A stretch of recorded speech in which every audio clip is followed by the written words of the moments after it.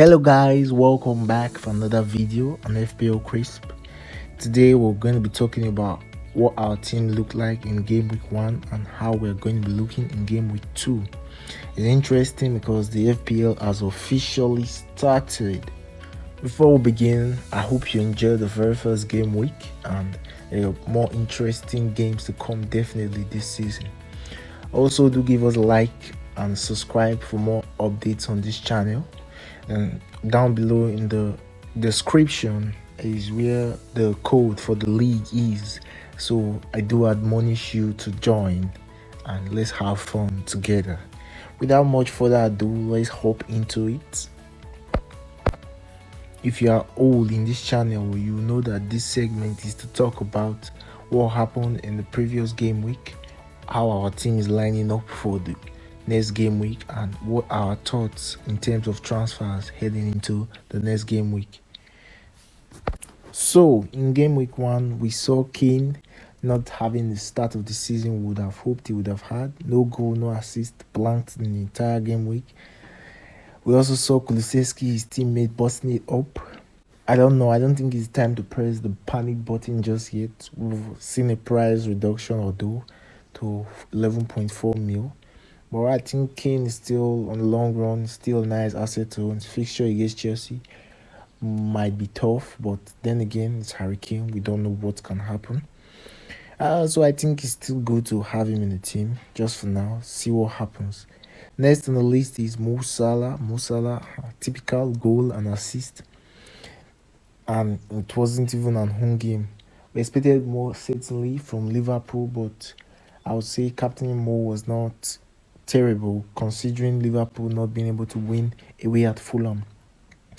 We also see Robertson and Trent not having any goal or assist or even a clean sheet. Fulham pressed really well, but again, it was an away game. Let's see what happens at their game this weekend.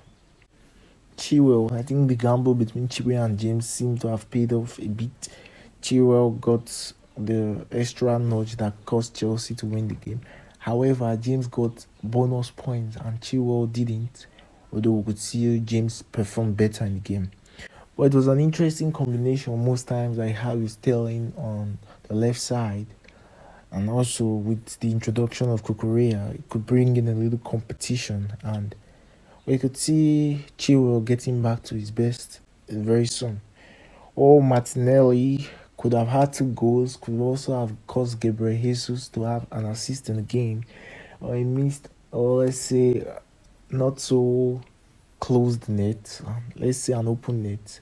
But all in all, 8 points, fantastic player, did well so far. Let's see what happens in future game week.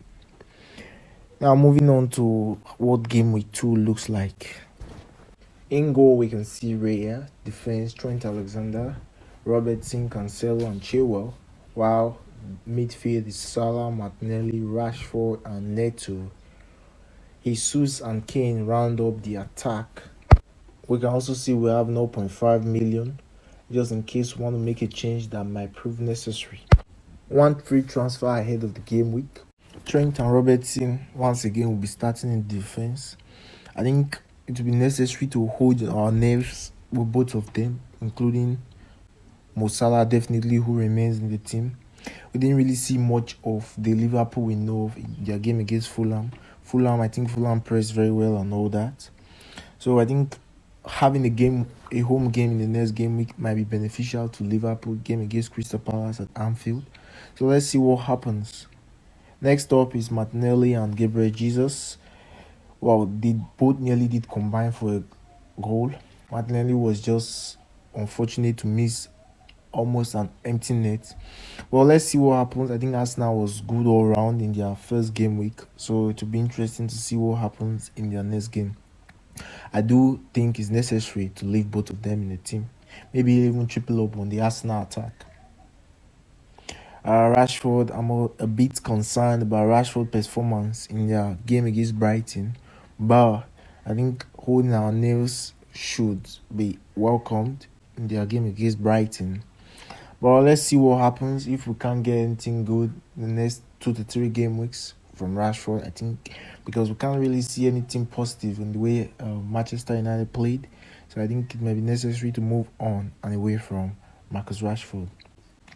For now, Neto is the one I'm probably thinking about removing from the team. I think his game against Leeds, we didn't really see that sharp cutting edge that we would have expected. Although we could say because it's an away game, but we have his game at home to see. So let's see. We don't know. He might actually be leaving the team before now, but let's see what happens as the week progresses. Harry Kane is the last man in the team. I think many people may be running to change Harry Kane for Erling Haaland now, but I think holding Harry Kane down a bit for now is still necessary. Harry Kane is known for world class football. That's certain. We all know that. So I think giving the chance is definitely going to give us returns. Now, who is going to be the likely transfer in and out of the team? Like I said earlier, is most likely going to be Pedro Neto, who would leave the team if we are going to be making a substitution this week. However, I'm not so much inclined on making a substitution, but it's just something to look at anyway. Having 0.5 million in the bank allows me the opportunity to maybe increase and upgrade the player to a 6 million midfielder, but I think that's not necessary as we have two possible candidates for replacement: Prudence from Wolves and also Amiron from Newcastle. Almiron, although he didn't score, he looked good. Fixtures are also looking good. Brighton, Wolves in game week 5 also. Just that Man City game and Liverpool game. Other than that, they have good fixtures. Newcastle. Then the other change to consider is Prudence for Neto. However, being on the same team, one may say is that necessary. But yeah, because Prudence looked more central, looked more involved in the game. Although is the one who scored the goal for Wolves. Let's see what actually happens in the next game against Fulham. Who is more involved, who is more central, and all that. So for now, our team is going to probably look the same. So let's see what happens as the game week preparation progresses. We'll see what we do. If you've enjoyed this video, do give us a thumbs up and do subscribe. Goodbye for now.